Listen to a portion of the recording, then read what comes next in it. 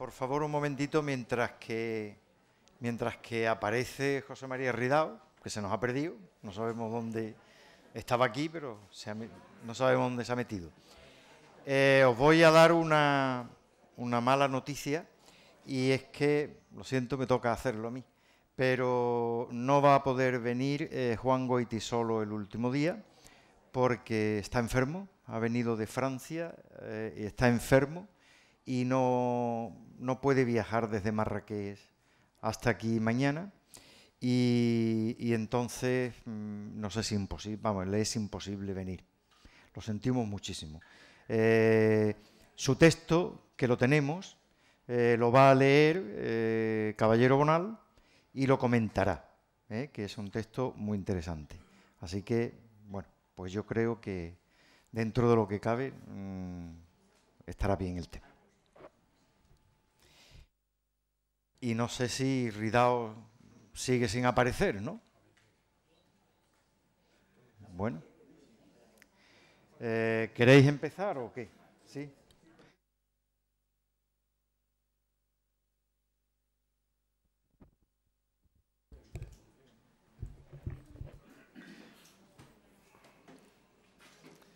Buenas noches. En un congreso dedicado a sondear la literatura española a través de la huella de los heterodoxos y transgresores, como este, es que es de casi obligado cumplimiento insistir en el continuo debate entre la tradición y la vanguardia. Si en la Europa finisecular del XIX ya comenzó a despertarse la conciencia de una nueva era, cuyas señas de identidad surgían necesariamente del enfrentamiento con el pasado, en España, ya fuera por el acostumbrado retraso histórico con respecto al descubrimiento de los otros, ya por la tímida evolución de sus movimientos artísticos y sociales, dicha ruptura adoptó ciertas apacibles maneras dialogantes con lo anterior, dando lugar a un curioso trenzado de tradición y modernidad que, a pesar de los modernistas y de casos tan innovadores como el de Juan Ramón Jiménez, Valle Inclán, Ortega y Gasset, Ramón Gómez de la Serna o Manuel de Falla, no toma cuerpo real hasta que surge la generación del 27 en torno a la figura de Góngora, que bien podría considerarse también como un transgresor del lenguaje por la historiografía literaria. Cuando en otros lugares de Europa habían surgido ya movimientos como el fauvismo, el dadaísmo o el expresionismo, caracterizados en general por el abandono de las viejas reglas, los artistas, escritores y músicos españoles recibían aquellas consignas y manifiestos con cierta cautela, quizás ateniéndose a uno de los mejores consejos de Ortega, desde el que se invitaba a rescatar de la tradición todo aquello que no nos encadenara al pasado y a su vez nos invitase a volar en libertad. Tradición entonces como concepto liberador que planea por encima de las ideas caducas y academicistas, capaz de dar luz a un camino desconocido y lleno de sorpresas, donde razón y lógica van a ser sustituidos por el juego desconcertante de la imaginación sin límites. De hecho, los poetas y los miembros de la generación del 27 abrazaron el legado de la tradición casi al tiempo que se sintieron enardecidos por los movimientos de vanguardia. Cultivaron el espíritu neopopular desde una música lejana que atravesaba siglos con sus ritmos y melodías, pero no podían permanecer ajenos a los vendavales que con fuerza inusitada llegaban por el norte e incluso por la otra parte del océano, despeinándolo todo, trastocando sintaxis y cambiando el orden de los pensamientos. De hecho, Gerardo Diego, poetas como Gerardo Diego, abrazaron al creacionismo, estética promovida por el poeta chileno Vicente Huidobro, que propone una ruptura total con la naturaleza y la realidad, y que a su vez contiene elementos del dadaísmo y del cuismo. Tampoco pueden los poetas dejar pasar por delante de sus ojos el carro del ultraísmo, movimiento inspirado por Rafael Cansino, Hassén, Guillermo de la Torre o Pedro Garfias, con ramificaciones americanas, César Vallejo o Jorge Luis Borges, que instaban a desfigurar la realidad por medio de la metáfora. A la vez, Alberti, Lorca, Alessandri, Cernuda se sienten más que atraídos por el surrealismo y adoptan sus principios a su manera, dando como resultado libros ya imprescindibles para la literatura en español. Decía Eduardo Sanguinetti que la lucha contra el museo es la insignia natural de toda vanguardia, su obligada y sacrosanta señal. Nuestros escritores, sin embargo, se guardaron mucho de adoptar tal actitud desafiante con la tradición, ya que vislumbran en su raíz el verdadero alimento del misterio y la fantasía. El surrealismo español, dice Alberti, por ejemplo, se encontraba precisamente en lo popular, en una serie de maravillosas retahílas, coplas, rimas extrañas, en la que sobre todo yo ensayé apoyarme para correr la aventura de lo, para mí, hasta entonces desconocido. Y Lorca, por otra parte, cuando se refiere al surrealismo, habla siempre de una lógica poética en el sentido de no dejarse llevar ni por la acumulación metafórica ni por el automatismo, sino prestando oído a un implícito sentimiento del lenguaje ya presente en las formas tradicionales. Para pulir aún más el espejo en el que se contemplan indistintamente tradición y vanguardia, obteniendo indistintamente una la imagen de la otra, están aquí reunidos un grupo de profesores, escritores, críticos y especialistas que han participado hoy como conferenciantes y que ya muchos de los asistentes a este acto han tenido la oportunidad de escuchar. No obstante, como moderador de la mesa, voy a presentarlos someramente conforme vayan tomando la palabra. No sé exactamente cómo esta mesa se va a desarrollar. Me parece que lo más lógico es que cada uno exponga su idea sobre esta ambivalencia de tradición y vanguardia en la literatura española del siglo XX, de principios del siglo XX, o quizás en la literatura general, porque como me decía el profesor Ricardo Senabre, pues la vanguardia, el avant-garde, no es una cosa histórica, no es un movimiento histórico solamente del 20, sino que se ha dado ese movimiento de avanzadilla en todos los momentos de la historia de la literatura española. Así que, en principio, en primer lugar tiene la palabra José Carlos Mayner, prestigioso historiador de la literatura y crítico literario, que ha sido catedrático de literatura de la Universidad de Zaragoza, tras haber sido profesor en La Laguna, y es autor de volúmenes imprescindibles sobre este tema también.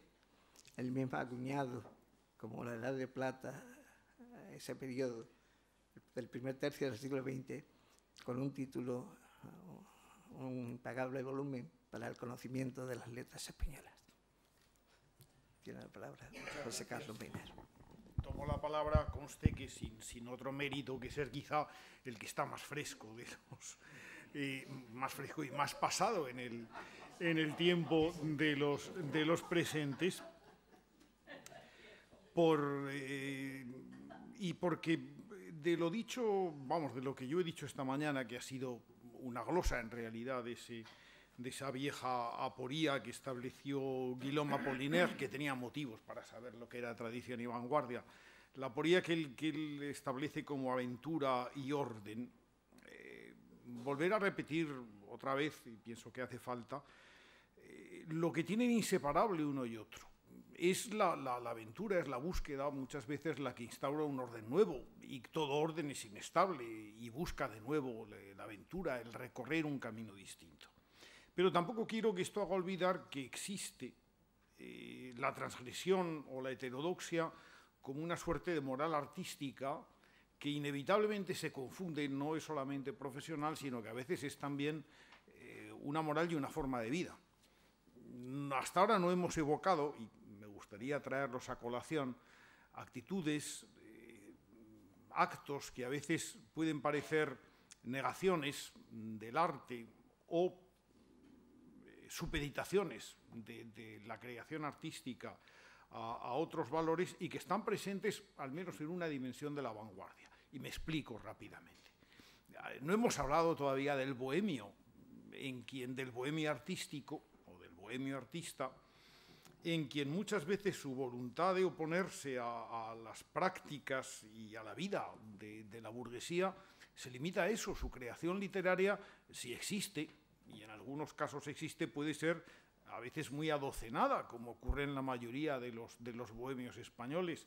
El modelo real que inspiró, como saben, el Max Estrella de Valle Inclán, ese personaje espléndido de Luces de Bohemia, era en la vida real Alejandro Saba, un más que modesto escritor de novelas naturalistas y que únicamente en los últimos momentos de su vida escribió una especie de dietario lleno de sensaciones y de magnificencias y grandiosidades. Tampoco crean ustedes que de un interés excesivo que el tituló Iluminaciones en la sombra, aludiendo efectivamente a su condición de ciego y evocando precisamente aquella idea de iluminaciones que remitía directamente al libro de Arthur Rimbaud, ¿no?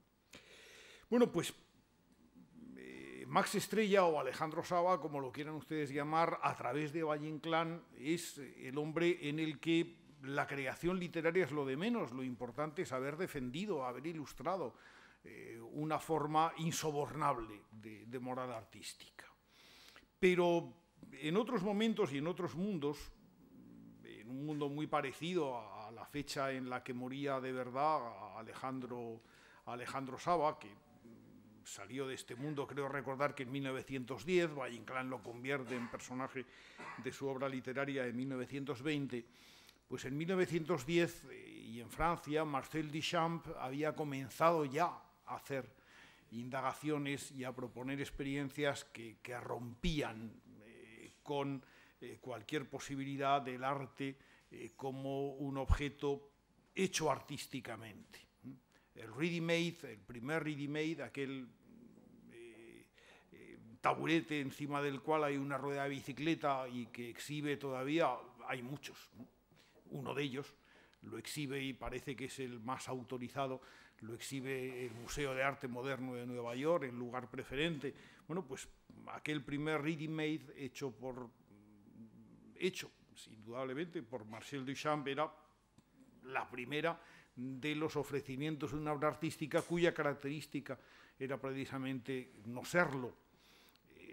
Del año 1917 es Fontaine, del cual ya no existe original, entre otras cosas porque los originales están en todos los sitios. Fontaine, la fuente, es simplemente una de esos urinarios de formas redondeadas para caballeros tan frecuentes de encontrar, y ese era el objeto artístico que proponía Duchamp.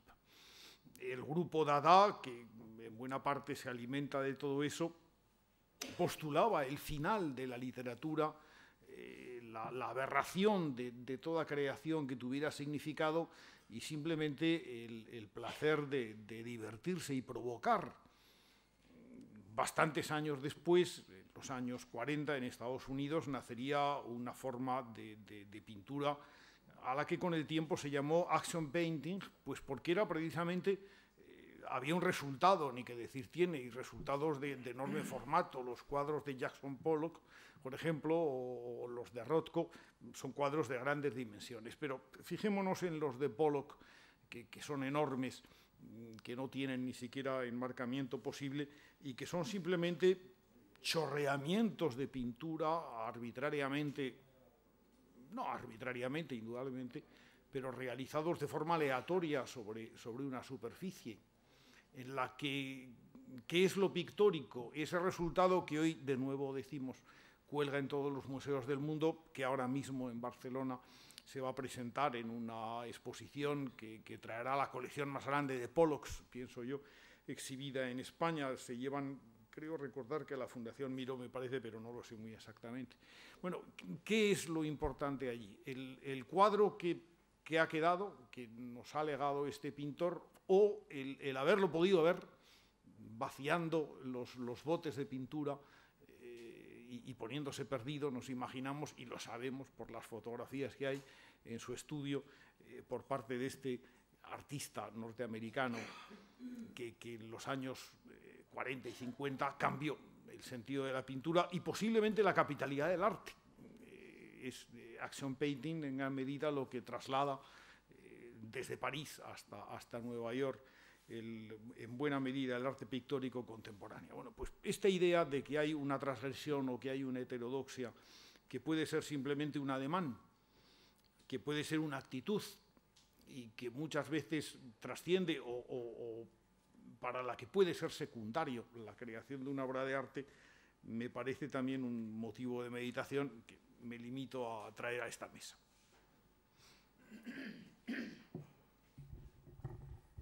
Gracias.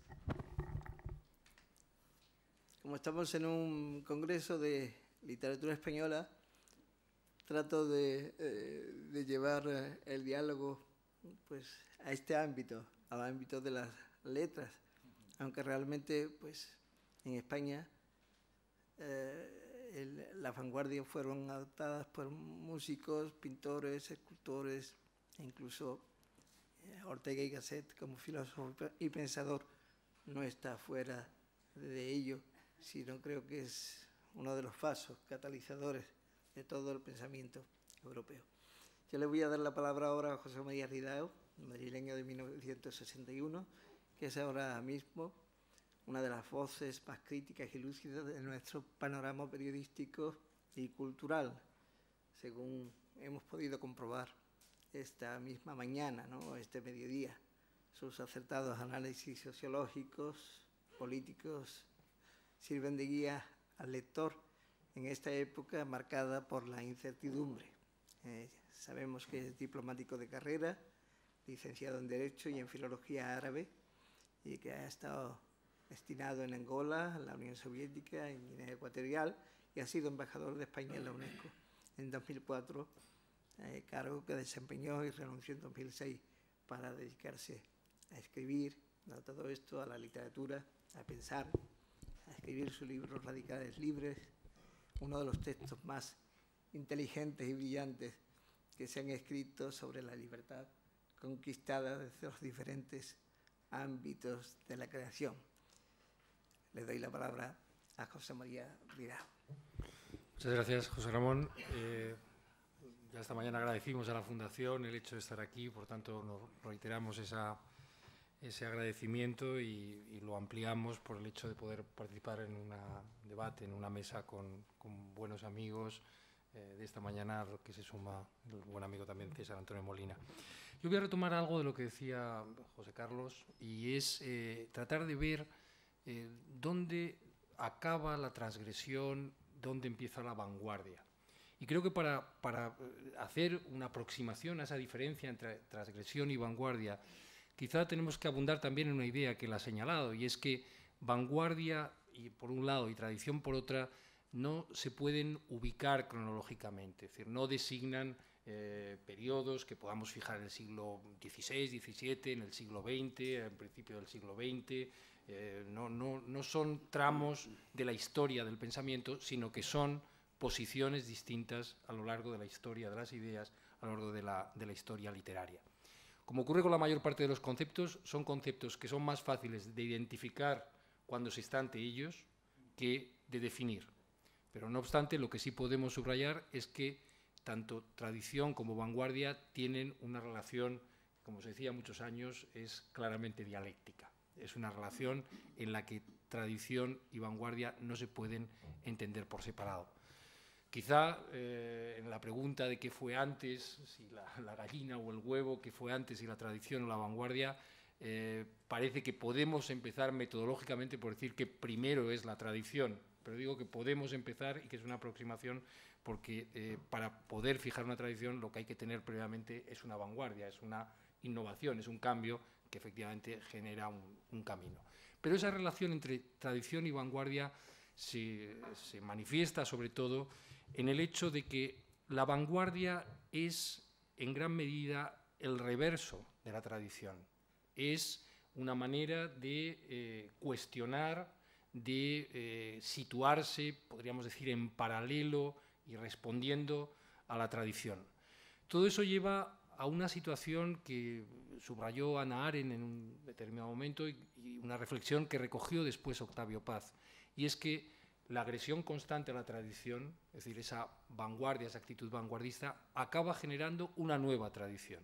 Y lo que tenemos es, en este momento, una pluralidad de tradiciones que ni siquiera son tradiciones en las que podemos decir que una se caracteriza por ser eternamente, entendámonos lo que quiero decir con eternamente vanguardista, y la otra eternamente tradicional, sino que esa tradición eternamente vanguardista acaba siendo tradición, y podríamos decir muchas veces que tradición rancia.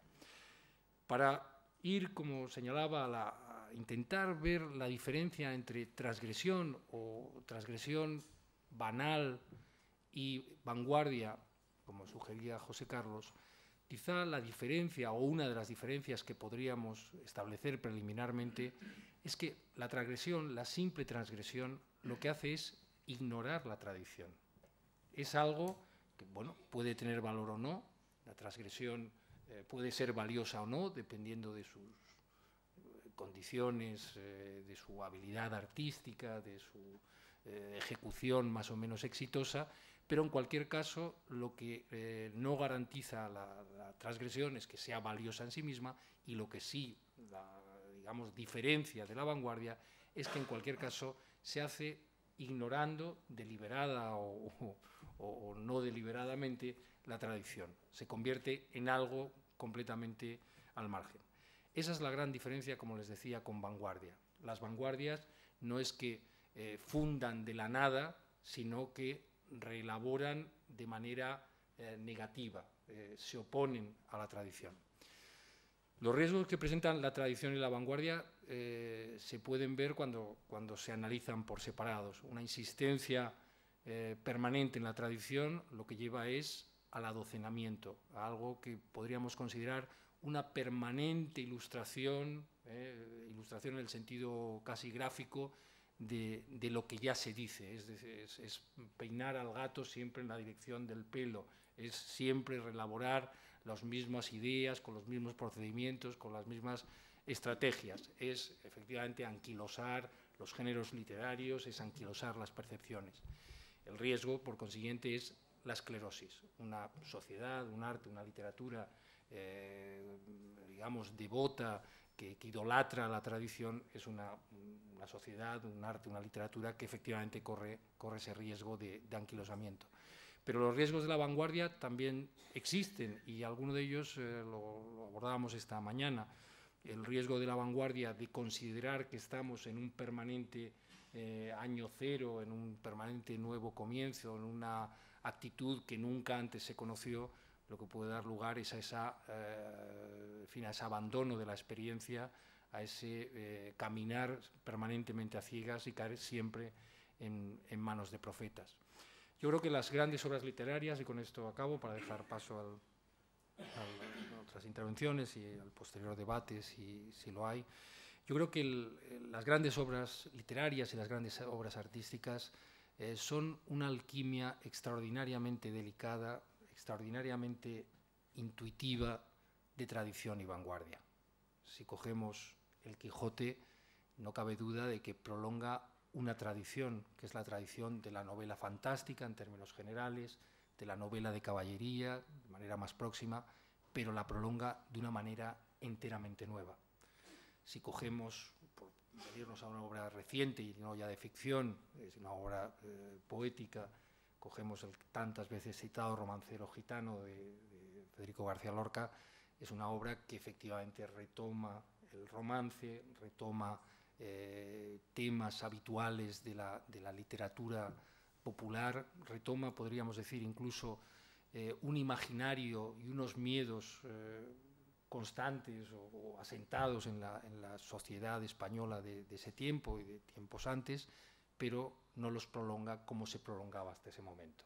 el romance de García Lorca no es el romance anterior, no es esa estrofa, digamos, prolongada, cambiando sencillamente los detalles. Es una actitud radicalmente nueva que no se entiende, por supuesto, sin ese diálogo, sin esa relación contradictoria con la tradición.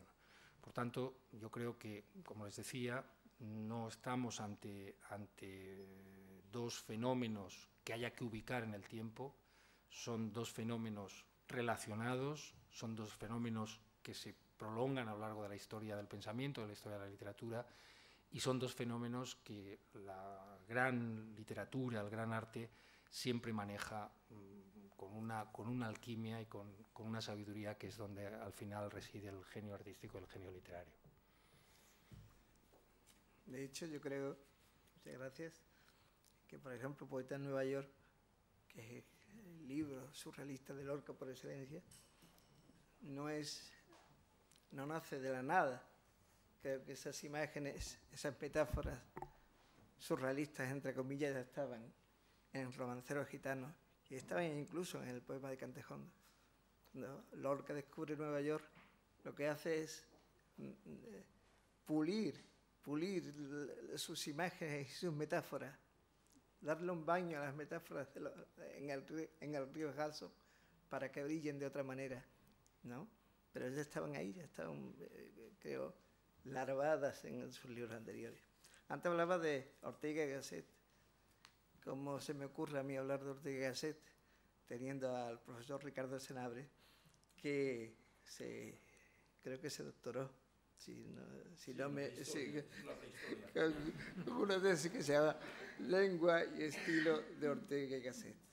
Lo acabamos de escuchar, catedrático de Teoría Literaria y Literatura Comparada de la Universidad de Salamanca, autor de muchos libros, Antonio Machado y Juan Ramón Jiménez, poetas del siglo XX, la poesía de Rafael Alberti, el lenguaje de la literatura, el retrato literario, la poesía de Fray Luis León, que es un hombre conocedor, yo creo que de todo el recorrido del literario español. Le damos la palabra.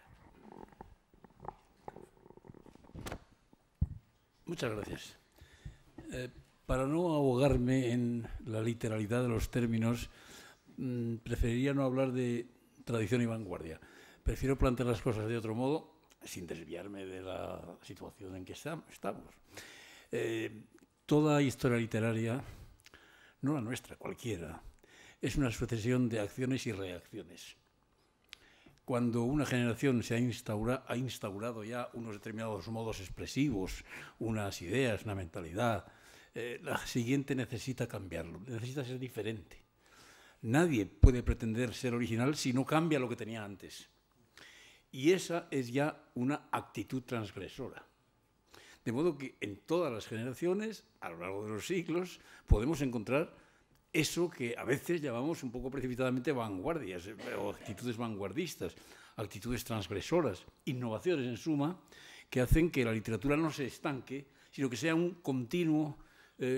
continua sucesión de fenómenos de acción y reacción. Voy a poner algunos ejemplos para que no haya que creer en mis palabras como si fuera San Pablo predicando, ¿no? Una cosa muy simple. Todos sabemos que en un momento determinado se instaura en la métrica española el soneto. Gracias a Boscán y Garcilaso, los poetas disponen de un artificio de 14 versos y todos sabemos cómo es ese artificio, cómo está construido, cómo son sus rimas. De modo que sabemos también que duró muchísimo la vigencia de esa estructura que parecía inmutable. Duró muchísimo, entre otras cosas, porque la poesía en el siglo XVI y en el siglo XVII se escribe para ser oída, no leída en silencio, como nosotros. Y claro, el que está oyendo un soneto va adivinando. Oye la rima del primer verso y sabe cuál va a ser la rima del cuarto. Oye la rima del segundo y sabe cuál va a ser la del tercero. Sabe que al acabar los cuartetos va a cambiar la rima. Porque eso es forzoso, es así el esquema.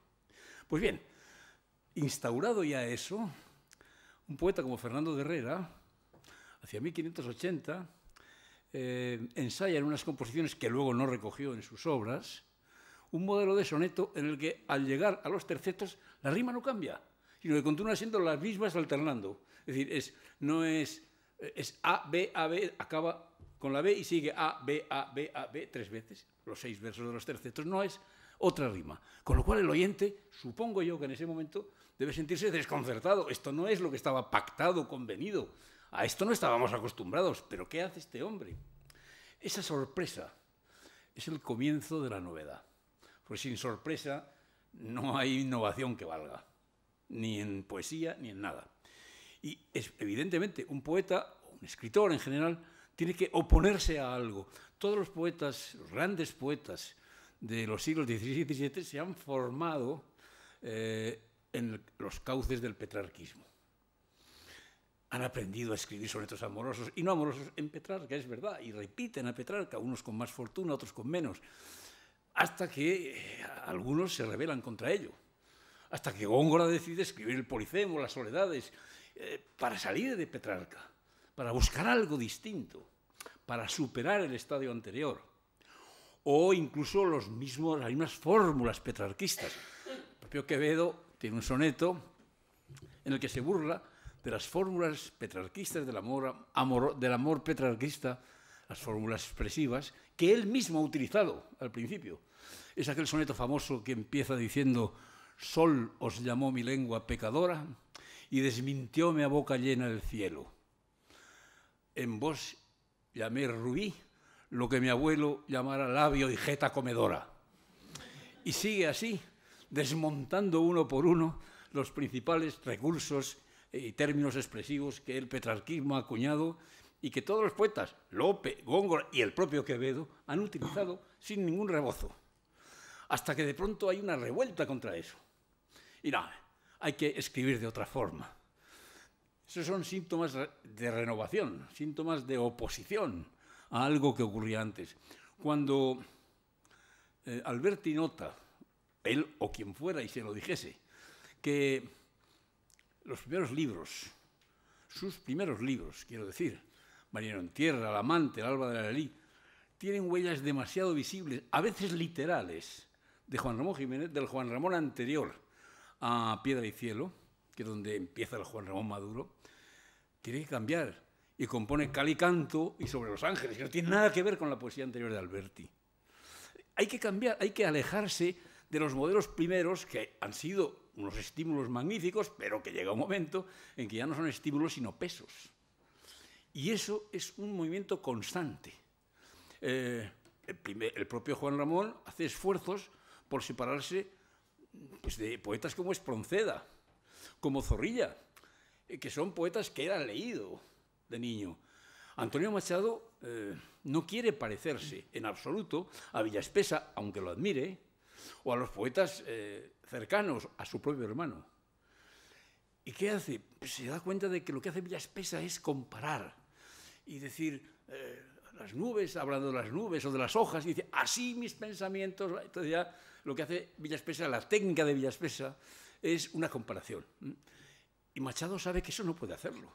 Menos mal que se aferra a las doctrinas simbolistas, aquello que había dicho Mallarmé, de que no hay que nombrar los objetos. Mallarmé había escrito aquella frase famosísima, dirigida a los poetas, cuando dice «Nommer un objet», es decir, nombrar un objeto, c'est supprimer les 3/4 de la jouissance du poème. Es decir, suprimir las 3/4 partes del goce del poema. Claro, había que decir lo que se quisiera, pero no nombrar directamente. Y Machado hace lo mismo, dice a veces lo mismo que había dicho Villaspesa, pero sin nombrarlo. Nombrando otras cosas, hablando de otras cosas y nunca estableciendo el así es mi sentido, así es mi pensamiento, eliminando ese puente de la comparación. Porque tiene que ser diferente de los anteriores, si no, ¿qué hace?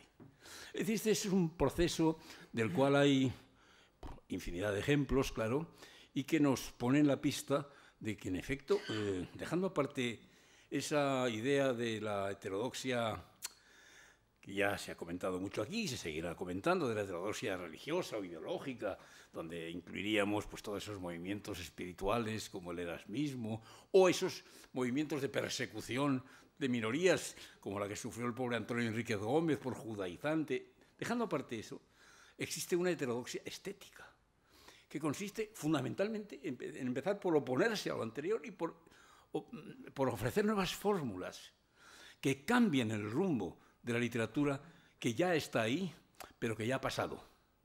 Y el escritor tiene a su disposición un vastísimo depósito de recursos, de argumentos, de fórmulas, de las que poder echar mano, pero no para repetirlas, porque entonces no vale la pena. En todo caso, para transformarlas, para innovarlas, que es, me parece, la tarea de cada generación.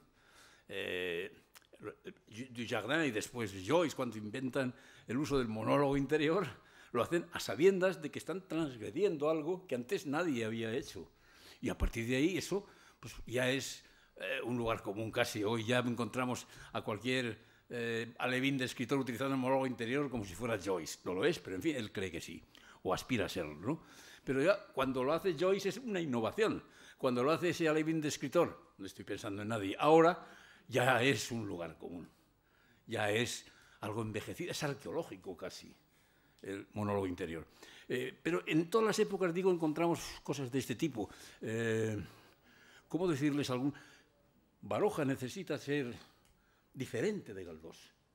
Porque si va a escribir novelas, como Galdós, si muchas de sus novelas van a tener un ambiente contemporáneo, como Galdós, si va a escribir una serie de novelas cuyo marco es la España convulsa del siglo XIX, las guerras carlistas, y ya lo había hecho Galdós también, tiene que hacer algo para ser diferente. Y claro está que si se comparan las estéticas narrativas de uno y otro, hay muchas diferencias que habrá que estudiar, pero no se puede estudiar la estética narrativa de Baroja, por ejemplo, sin tener en cuenta cuáles son sus innovaciones con respecto a la de Galdós. Porque ese es el modelo que hay que sobrepasar. No porque uno desprecie al modelo, sino porque tiene que superarlo. De lo contrario, ¿para qué está? ¿Para repetir? Por eso digo que a mí me parece lógico que las generaciones, todas las generaciones, tengan eso, un punto que puede llegar muy tarde o muy pronto, eso depende de la dinámica de la historia y de muchos otros fenómenos, en que existe una reacción, y una reacción que produce, que arrastra a varios, no una reacción individual de un solo personaje que no tiene seguimiento, una reacción que acaba por convertirse en una reacción general y que da un giro a la literatura sin tener que prescindir de toda la anterior, porque la gran diferencia entre la literatura, o en general, los productos artísticos y los productos científicos, es que una nueva teoría científica anula las anteriores. A ver quién estudia hoy la física newtoniana. Ya no, ya forma parte de la historia de la física, pero no está vigente. Pero no veo yo que la existencia de Picasso haya anulado la vigencia de Velázquez, por ejemplo. Es decir, que los fenómenos artísticos perduran, permanecen y se unen a ese depósito del cual cada artista puede echar mano para eso, para repetir, allá él si lo hace, o para transgredir, para innovar, para apoyarse en ese peldaño y subir uno más. Por eso me parece que es un fenómeno general que sería equivocado reducir a una época determinada, no solo en nuestra literatura, sino en cualquiera, a donde echemos la vista. Bueno, no quiero decir más porque me parece que me estoy extendiendo demasiado. A lo mejor el título de la mesa hubiese tenido que ser tradición o transgresión y vanguardia, o tradición y modernidad, ¿no? Ya que las vanguardias están ajustadas según los manuales a un periodo de tiempo, ¿no? Tanto es así que escribir como Joyce ya hoy es una repetición. ¿Qué significa eso? Que ya tenemos que escribir como la tradición siempre nos ha obligado y no como las vanguardias han dicho. Parece que las vanguardias han tenido un periodo muy corto, han muerto ya, y es la tradición la que pervive, ¿no?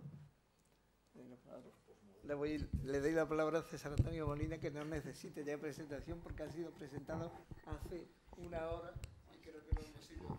Yo no soportaría otra presentación de mí mismo. Yo no voy a robar mucho tiempo porque yo creo que está claro todo.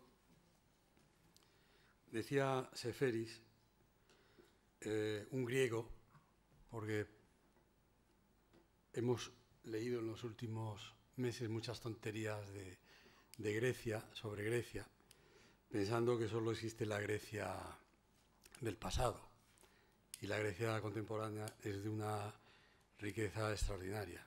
Entre otros, Seferis, Premio Nobel de Literatura. Pero no voy a hablar de eso, que sí que me gustaría, porque me indigna cuando leo cosas así. Decía que una vez se había encontrado, bueno, una persona, supongo él se lo inventaría, y que le había enseñado un objeto maravilloso, que era una daga, que había pasado de generación en generación. Y quien se la enseñaba le decía: mi abuelo le cambió la empuñadura y mi padre la hoja. Y eso es un poco la tradición y la vanguardia. Todos vamos cambiando y el objeto ya no sabemos qué es, si es verdadero, falso o a qué corresponde. A mí lo que me preocupa, no porque me preocupe, sino porque me gustaría poderlo ver, y creo que no se alcanzará porque todavía estamos en esto sí que es prehistoria, en los cambios tecnológicos, lo que va a significar. O sea, yo creo que ya estamos todos en la tradición, porque lo que se nos viene encima es tan grande, yo creo, un cambio tan gigantesco en la creación literaria, artística, el cambio de los géneros probablemente literarios, periodísticos, artísticos, lo que va a significar los nuevos soportes, los nuevos que ya están ahí en el mundo de la creación, y que entonces que se consideraría entonces vanguardia, ¿no? En ese mundo desconocido, proceloso, en el que no sabemos muy bien qué va a pasar. Yo, y aprovecho para hacer publicidad ahora, en la Casa del Lector en Madrid, que hace una semana inauguramos, en nuestra biblioteca no tiene libros físicos, o sea, no hay ya papel. Hay una colección, sí, de 50.000 libros, pero bueno, eso es para una colección para investigadores. Está el libro electrónico, que es las conexiones con todas las bibliotecas y todo el libro electrónico, y lo que nosotros estamos creando, y es algo complicado, difícil, pero que tiene cierta gracia, es el digital. No libro, porque ya no son libros, ya no es un objeto, porque ya no son novelas, ni son poemas, ni es música, sino que son objetos diversos, ¿no? Y claro, yo me pregunto muchas veces si eso, ¿en qué está? ¿En qué mundo está? ¿Es eso también vanguardia? ¿Es tradición? ¿En qué mundo nos movemos, ¿no? Estamos seleccionando con mi universidad, con la Carlos III, con un departamento que se dedica a investigar las nuevas tecnologías, y con nosotros mismos, seleccionando todo eso que está en el mundo digital, que también puede desaparecer, conectando con los autores de esos objetos, obras, no sé cómo, es que ni siquiera tiene denominación, o sea, que es algo que debemos empezar a nombrar como la propia biblioteca, porque ya las bibliotecas ya no corresponden a lo que van a ser. Pues en ese mundo, ¿qué vamos a encontrar? ¿Qué se va a seguir creando? Va a ser absolutamente distinto. Evidentemente, muchas cosas se mantendrán, espero yo, afortunadamente. Pero ya estamos viendo que incluso la lectura va a cambiar, porque la lectura por Internet, la lectura en el ordenador o conectados con los correos electrónicos, conectados con las noticias, conectados con los teléfonos móviles, conectado, va a ser un mundo inmenso de controlar. El lector se va a convertir, digo, aventuro por decir algo, porque yo no lo sé, con una especie no sé, de gestor de muchas cosas al mismo tiempo, que tiene que interpretar, comprender, entender, Entonces, a esas personas de dentro de 20, 30, 40, 50 años, ¿qué les va a parecer nuestro mundo? Porque va a ser realmente, yo creo que va a ser un cambio muy, muy grande y radical, que como todo y como siempre será absorbido.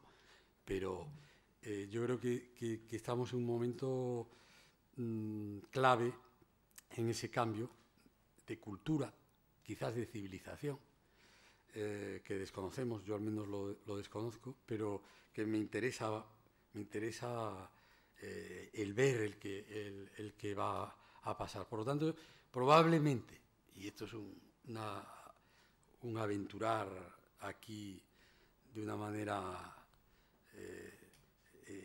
de tertulia casi, ¿qué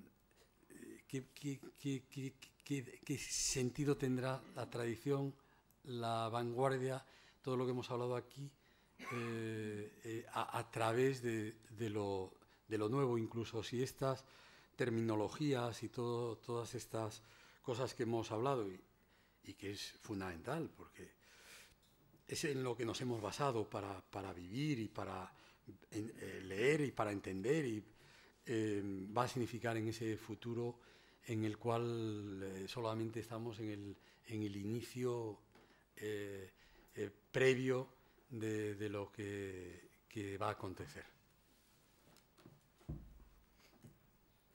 Ahora sería el turno de dar la palabra a todos. A la vez, no uno detrás de otro. Pero uno detrás de otro, a todo el público en general. Yo me he quedado enlazando con lo que ha dicho José María y lo que acaba de decir también César Antonio Molina. Me preocupa un poco, efectivamente, el quedarnos sin lenguaje, el quedarnos sin referencias, ¿no? Esta continua velocidad, ¿no? Este continuo descubrimiento, donde todo se queda atrás y todo se queda antiguo y en un minuto, pues me da miedo, porque a veces parece que uno no va a tener palabras, lenguaje para nombrar las cosas, para comunicarnos de verdad o para comunicarnos según los conceptos que nosotros hemos tenido históricamente para transmitir nuestros sentimientos, ¿no? Una de las características de los regímenes totalitarios, yo creo que ha sido pues cambiar el lenguaje, ¿no? Cambiar el lenguaje en el sentido de cambiar incluso los conceptos, ¿no? Los conceptos de ese lenguaje, ¿no? Me acuerdo del libro de Víctor Klemperer sobre el lenguaje del nazismo, ¿no? Últimamente estamos en una época basculante de incertidumbres que a veces me da miedo, porque parece que estamos en esa línea fronteriza donde no podemos nombrar, ¿no? Y si nombramos, como siempre nos quedamos antiguos, y si nombramos de otra manera ya nos faltan las referencias. ¿Qué ocurre? Lanza la pregunta. ¿Puedo tomar la palabra? Sí, quería, un poco enlazando con esto que decías y por en fin, arrojarme al... yo creo que hay que intentar deshacer un temor, y es que efectivamente las nuevas tecnologías que tanto potencian, que tanto cambian las cosas, como ha subrayado César, imaginemos esa extraordinaria biblioteca de la Casa del Lector, solo la podemos evaluar en función de la experiencia. Y la experiencia es que cuando hubo un cambio similar, o que se dice que es similar, que fue la aparición de la galaxia Gutenberg, no desapareció Homero, sencillamente se publicó más a Homero. No desapareció la Biblia, no desapareció Cicerón, sencillamente hubo más capacidad, más posibilidad de que Cicerón y la Biblia y otros textos llegaran a más gente. No sabemos cuántos textos desaparecieron por el camino, pero digamos, la criba no fue tan calamitosa, por lo menos nos quedó, y es quedar, Homero. Quiero decir, esto no es para decir va a pasar algo semejante, sirve para, bueno, tratar de reconfortarnos ante un temor. Y luego creo que también, paralelamente, hay que advertir de un riesgo que tiene que ver con esto de nombrar las nuevas realidades y tiene que ver con, en fin, la circulación de nuevos mitos. Yo veo con extraordinaria preocupación cuando con tanta facilidad se habla de sociedad del conocimiento. Y lo veo con cierta preocupación porque creo que es un mito literalmente, extraordinariamente peligroso. El conocimiento no está fuera de los seres humanos. Es decir, lo que muchas veces se dice aplicado a las nuevas tecnologías es tan absurdo como si hace 15 años hubiéramos dicho alguien es muy culto porque se ha comprado la Enciclopedia Británica y la ha puesto en el salón de casa. Es decir, el conocimiento no está fuera. Fuera puede estar el saber, la ciencia, en fin, los datos, las hipótesis, las teorías, pero el conocimiento es la interacción de cada uno de nosotros con esa tradición, en definitiva, y con esa vanguardia cuando niega la tradición. Y esto, digamos, es el riesgo que hay que conjurar. Por un lado, no tener miedo, los grandes textos quedaron, el gran saber, la gran tradición quedó, pese a cambios fundamentales, como fue la aparición de la imprenta, y por tanto, si nos apoyamos en la experiencia, tenemos que tener al menos esa pequeña fe que estos cambios cribarán y pondrán a disposición de más individuos, de más personas, los grandes textos, pero al mismo tiempo ser conscientes del error de que no hay nada parecido a la sociedad del conocimiento, que es sencillamente que la manera de almacenar los saberes, los datos, las hipótesis, en fin, el gran patrimonio humano se hace de otra manera, pero que el conocimiento solo lo adquiriremos entrando en interacción con ellos. Es decir, no comprando la Enciclopedia Británica y poniéndola en el salón de casa, sino yendo a consultar cada vez con más frecuencia y con las nuevas tecnologías, cada vez con instrumentos más poderosos, esa gran tradición, ese gran patrimonio. Pero ese es uno de los problemas que quienes estamos con gente joven, con alumnos, esa es la creencia que tienen ellos. Una creencia bastante generalizada. ¿Por qué hay que estudiar el Código Penal si el Código Penal está metido todo en Internet y se puede comprobar allí? ¿Para qué? Es lo que dicen a los profesores. ¿Para qué no sé qué si está metido ahí? Ese es el grave problema. Entonces, eso que has dicho tú, te voy a llevar a mis clases para que, a ver si tú logras convencerlos. Entonces es muy difícil luchar contra eso, muy difícil, porque es un arma muy poderosa. Es que vamos a ver, la imprenta fue algo poderosísimo y todos los cambios han sido poderosísimos. Pero es que esto es todavía más poderoso, porque es el culmen de todo lo que se ha inventado a lo largo de los siglos. Entonces vamos añadiendo y llegamos aquí. Entonces, esa máquina, que es fantástica, yo siempre digo que es fantástica porque yo prefiero que no me abran los médicos, sino que me tengan un aparato y lo vean en pantalla, y todo lo que sea avanzar en el mundo es un avance médico, y por lo tanto, maravilloso. Y yo el primero en estar con eso.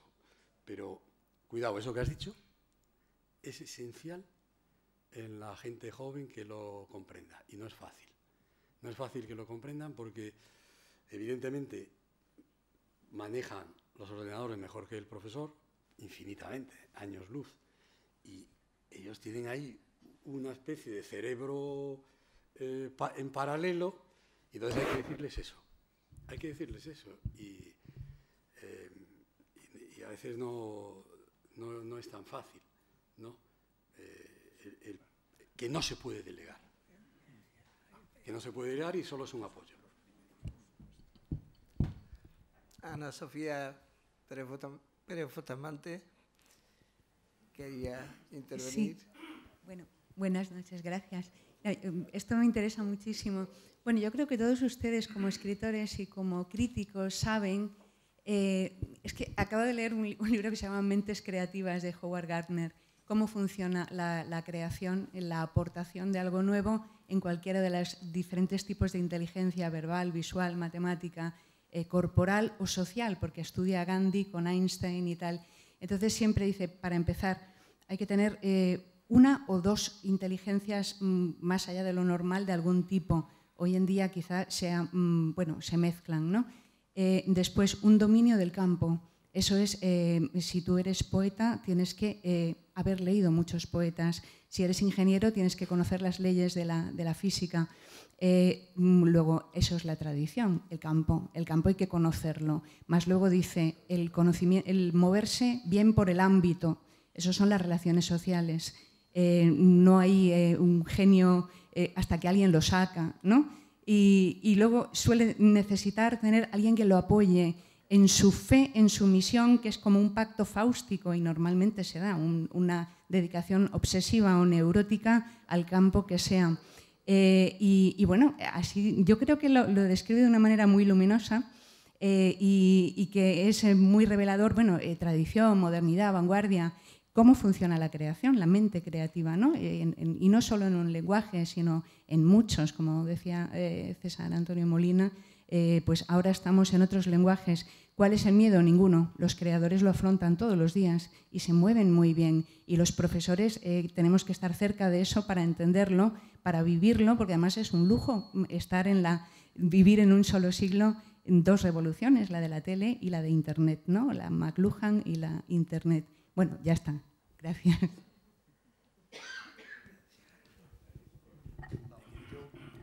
Estoy totalmente de acuerdo con cuanto se ha dicho sobre la aportación de Internet y en cuanto no soy tan, vamos, o no creo tan firmemente que la revolución que supuso en su momento el libro sea menor que la que en su momento ha supuesto Internet, la creación de ese universo. Lo que sí me temo, en un caso y en otro, en su día, cuando se creó el libro, no faltó quienes se sintieron profundamente agredidos, creadores que se sintieron agredidos en sus derechos de creador, porque sus obras pudieran ser publicadas y leídas por todo el mundo. Reacciones ante la imprenta y temores a la difusión del libro recorren toda la literatura del XVI y hasta un poeta aragonés, no muy bueno por cierto, Pedro Manuel Ximénez de Urrea, pues, a quien su madre le edita un cancionero, le edita su propio cancionero, estaba muy en contra de que cualquier mozo de mulas, que no lo haría por supuesto, pudiera llegar a leer su libro si se difundía de ese modo y no de la forma tradicional. Bueno, pues con Internet se puede tener, y yo intento no tener el mismo recelo, es decir, ese acceso banalizado a un conocimiento que, por otra parte, en este caso, y es lo que no ocurría con la imprenta, tiene una naturaleza fundamentalmente interactiva. Es decir, no solamente uno entra en Internet para informarse, sino para descargar, dejar depositado en Internet cualquier tontería en forma de blog, de respuesta, etcétera. Cuando uno ve esa larga secuela de opiniones inanes e ignaras, en muchos casos, que rodean cualquier afirmación o cualquier noticia, pues una vez se horroriza y llega a pensar si no será el problema no ya el atrevimiento, sino la simplicidad del protocolo de acceso que supone Internet, que es un protocolo muy fácil. El manejo del libro, la existencia del libro, de la biblioteca, etcétera, requería una inversión, un tratamiento, digamos, personalizado, de cierta intimidad, mientras que el de Internet es tan vertiginoso, es tan fácil, que evidentemente hace que prolifere en torno a Internet pues un montón de falsa información, conceptos falsos y, entre otros, el primero y principal, por supuesto, pero ese siempre lo ha habido, existía también en los libros, la idea de que su mera existencia ya de algún modo nos confería un conocimiento. Esa sociedad del conocimiento, lo dice muy bien José María Ridao, no existe, evidentemente. Fijémonos que en el caso y en el mundo peculiar de los libros, hace unos años un ensayista mexicano listísimo, que además es ingeniero de formación, Gabriel Saiz, escribió un libro precioso que se titula Los demasiados libros, que yo creo que casi todos los bibliotecarios españoles han leído, y que es un libro que define a la altura de los años 80 y en los primeros balbuceos de Internet, pero en fin, en una sociedad que empezaba ya a informatizarse, lo que significa el que todo se publique, que se publique continuamente, que se publique varias veces y en el fondo el desconsuelo que produce el ver que a veces no sirve para nada, que ni nos hace mucho mejores, ni amplía los conocimientos, ni garantiza, por otra parte, la bondad de todo lo que alcanza las prensas, ¿no? y que luego es traducido, etcétera, etcétera. Seguramente con la existencia de Internet e incluso sus procedimientos de autotraducción que van mejorando, pues esto es posible que vaya peor. Yo no creo, de todos modos, que esté agotado, ni mucho menos el lenguaje, por mucho que se utilice. Afortunadamente, el lenguaje, las palabras, y quien dice las palabras dice esos elementos que componen el lenguaje artístico, que son pues sensaciones, deseos de hacer algo, etcétera. Por mucho que se repitan, siempre habrá alguno nuevo, evidentemente, y siempre habrá alguno realmente valioso, y seguramente encontrará también sus lectores correspondientes, y a lo mejor el número de estos se ha multiplicado muchísimo, lo cual nadie podrá decir que es malo. Que se puedan llegar a confundir con todo esto, que eso pueda llegar a confundir a alguien, hombre, también es posible. A lo mejor por eso en el siglo XIX se inventó la crítica como una suerte de cedazo a través del cual las cosas podían llegar al lector común previamente cribadas, y la crítica, digo yo, que sigue existiendo y merece la pena, ¿no? que siga existiendo. Pero en fin, no seamos apocalípticos. Sí. Jesús Fernández Palacio. Yo quería decir una cosa. ¿Os acordáis que nos ha mencionado aquí toda la literatura en contra que tuvo la aparición del cine, incluso por parte de grandes novelistas? En España se dieron críticas de novelistas escandalizados diciendo que eso era un arte, que eso no era arte ni nada, es una técnica que nunca podría suplantar a la novela. Bueno, en algunos casos la ha mejorado. Sí. Bien. Cuando aparece la televisión, también se produce una cierta alarma social. Yo me acuerdo la primera televisión que llegó a casa de mis padres, en los años 60 y tanto, y recuerdo cómo mi padre todas las noches, después de oír el himno nacional, le ponía una funda al televisor y los hijos no podíamos tocar la televisión, y anteriormente ese teléfono negro que había en los pasillos de la casa, porque los niños no podían tocar el teléfono. Hoy en cualquier casa hay 7 teléfonos, hay 7 televisores, hay 7 y un teléfono en el bolsillo de ordenadores. Aquí, ¿cuántos teléfonos habrá? Muchos. Y hasta ahora no nos ha pasado nada, salvo cuando alguna persona se deja el teléfono encendido. Nos alarma, esta técnica nos alarma la llegada de Internet porque nos sobrepasa. Pero yo voy a contar una pequeña experiencia, porque yo creo que debemos ser positivos. Nos conviene a todos ser positivos y extraer lo mejor de los cambios que se van produciendo.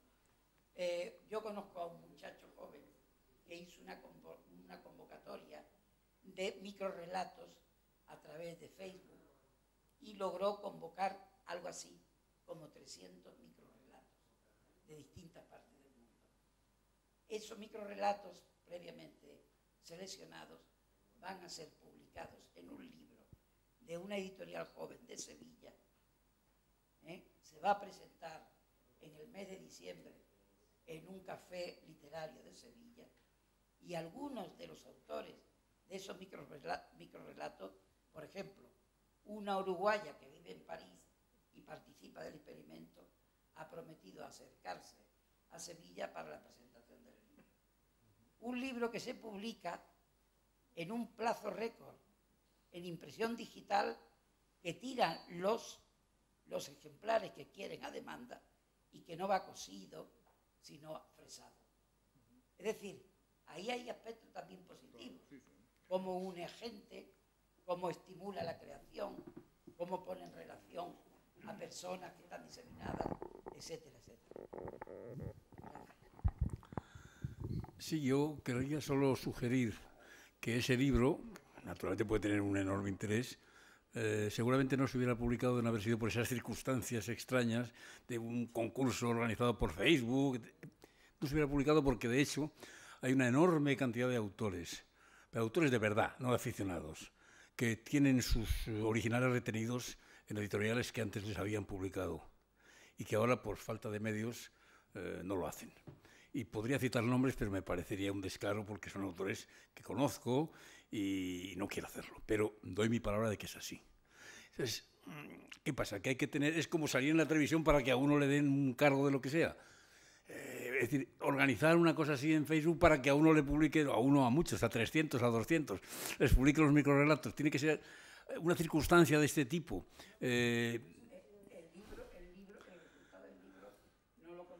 No, sí, no estoy prejuzgando el resultado. Pero yo lo que digo es que no solamente Internet sirve para asustarnos, sino también para poner en relación a mucha gente, para acometer proyectos comunes, que también en la imprenta han salido libros que son detestables, quiero decirte, que el tener el beneplácito de un premio o de un editor tampoco garantiza. No, claro, por supuesto. Más bien a veces garantiza lo contrario según qué premio, sí. Sí. Sí. Bueno, no sé si estoy monopolizando en exceso la palabra. Yo no quisiera que saquen la impresión de que en esta mesa, y creo que me hago portavoz de todos, nadie tiene miedo a Internet. El debate es cómo se ubica. Por no hablar de literatura, hablemos de otra cuestión en la que fue muy flagrante la mala ubicación de la interpretación de lo que Internet es. Ocurren las revueltas árabes, ocurre la gran rebelión civil en Egipto, derrocan a Mubarak y se dice es la revuelta de Twitter y Facebook. ¿Qué significa eso? Significa que se hace abstracción de que en Egipto viven 80 millones de personas, de los cuales, que se sepa, solo en torno a 1 millón tiene conexión a Internet. Y dentro de ese millón habrá un porcentaje, no sabemos cuál, que tiene acceso a Facebook y Twitter. Pero eso no es lo más grave, no es una vez más, ese carácter mítico que se le da a Twitter y Facebook. Hay algo todavía más, a mi juicio, más sangrante y que abunda en esa, idea de que el conocimiento está almacenado fuera sin interacción con el ser humano. Y es que al hablar de la revuelta de Twitter y Facebook para explicar lo que ocurre en Egipto, se olvida que habría causas, como es obvio, sociales, políticas y de toda naturaleza. Y lo que ocurre en la práctica totalidad de los análisis que se hace, por descontado en la prensa europea, pero en gran parte de ensayos que se escriben sobre esa cuestión, es que las razones políticas, sociales y de todo orden que llevan al derrocamiento de Mubarak quedan perfectamente obviadas. Sucede que poco después de la revuelta de Egipto hay una gran rebelión, una gran algarada en Londres, donde en los barrios marginales de Londres se asaltan escaparates, la gente se lleva televisiones, se lleva radios, iPods, iPads, en fin, todos estos gadgets de diversa naturaleza. A nadie se le ocurre decir que es una revuelta de Facebook y Twitter. Se trata de analizar qué ha pasado en Londres para que un grupo de personas, a raíz de un incidente con la policía muy concreto, acaben rebelándose contra la autoridad y esa rebelión se manifieste asaltando grandes almacenes y particularmente tiendas de gadgets electrónicos. Nadie dice eso, esto es la revuelta de Facebook y Twitter. ¿Qué sucede entonces? Que esta interpretación lo que nos está haciendo es algo que sistemáticamente se ha hecho existiendo Internet o no existiendo Internet, que es que no juzgamos las acciones de los demás por los criterios que juzgamos las nuestras. Es decir, seguimos convirtiendo a los egipcios en un otro extrañísimo que ahora está enganchado a Twitter y Facebook, mientras que en Londres, cuando ocurre una gran revuelta, pues tiene razones profundas, políticas, sociales y de toda naturaleza. Entonces yo creo que eso es lo que es importante subrayar, que no es un temor a Facebook, a Twitter o a Internet. Es dónde ubicamos ese fenómeno, dónde lo interpretamos. Y por terminar con estas alusiones al mito y a los mitos que nos van completamente hacer perder de vista la realidad, es decir, mitos en todas partes. Es decir, en estos días veía uno muy llamativo que se dice: el Estado-nación está en crisis, y desde que se dice esto hay más estados que son más nación que los anteriores. Es decir, Serbia y Bosnia y Croacia son estados mucho más nacionales que lo era Yugoslavia. El número de estados de Naciones Unidas no ha hecho más que crecer. Es decir, que estamos rodeados de mitos. Y uno de los mitos claros es el mito de la modernidad. Cada autor tiene que definir y redefinir la modernidad. ¿Qué entiende por modernidad? Todo se asigna a la modernidad. Aparece Internet, esto es la modernidad. Alguien deja de hablar con su vecino y no se saluda en el ascensor, esto es la modernidad. Todo es remitido a la modernidad. En realidad, ¿por qué hablamos tanto de modernidad? Bueno, pues hablamos por tradición. Hablamos sencillamente porque existe un relato, una manera canonizada de contar la historia que la separa en prehistoria y en historia. Y dentro de la historia hay edad antigua, edad media, edad moderna y edad contemporánea. Y todas tenían su fecha. La edad contemporánea empezaba con la Revolución Francesa, la edad moderna con el descubrimiento de América. ¿Qué es lo que ocurre? Pues ocurre que una vez que declaramos que ha llegado la edad contemporánea es eterna. No hay manera de salir de la edad contemporánea. Entonces, ¿qué hacemos? Volver a la edad moderna. Y entonces convertimos en eterna la edad moderna. Pero como nos resulta insoportable aguantar una edad moderna que no se acaba, empezamos a hablar de posmoderna. Y entonces trasladamos a la posmodernidad todos los fenómenos que no nos encajan, o lo que es a mi juicio más grave, que no nos esforzamos en explicar, despojándolos del carácter mítico. Bueno, a todo esto, a todo este conjunto de mitos, es a lo que está contribuyendo también, no es solo ni es exclusivo, pero esa mala ubicación de Internet. Internet es un poderosísimo instrumento, pero los fines a los que se aplican los instrumentos dependen de nosotros. Y confundir los instrumentos con los fines tiene un nombre muy preciso y muy grave, es barbarie. La barbarie es justamente pensar que porque tenemos en nuestras manos la fisión del átomo, tirar la bomba atómica está legitimado. Pues no está legitimado. El fin sigue dependiendo de nosotros y, por tanto, la responsabilidad política, moral y de toda naturaleza sigue en manos de los hombres. Y podría añadirse una cosa a lo que dice José María Ridao. El problema de estas comunicaciones tan veloces, tan rápidas, tan universales, es que una noticia, una versión cierta o errónea, no importa, de cualquier cosa, llega a millones de personas en cuestión de segundos. Y es muy fácil, como todos sabemos, mucho más fácil engañar a 1 millón de personas que a 1.200. Esto es lo que resulta aterrador, porque la difusión de consignas, de mentiras, de versiones retorcidas, de lo que sea, eso ahora es mucho más peligroso que nunca, precisamente por eso, por esa bondad que tiene el hecho de ser tan veloz, de tanto alcance, de modo que hay que ver los pros y los contras. A mí me parece aterrador que a 1 millón de personas las pueda convencer con unos cuantos mensajes en unos segundos. En lugar de ir razonándoles una a una, o 10 a 10, me da igual, pero en fin, no así. Desde un individuo anónimo que no sabe dónde está, que lanza eso y que convence. Siempre hay muchas personas que se dejan convencer. A mí eso me recuerda mucho con otros procedimientos, claro, y sin electrónica, pues los totalitarismos que hemos conocido en el siglo XX, de todo signo, y que han acabado como sabemos que han acabado. Por eso me parece pavoroso.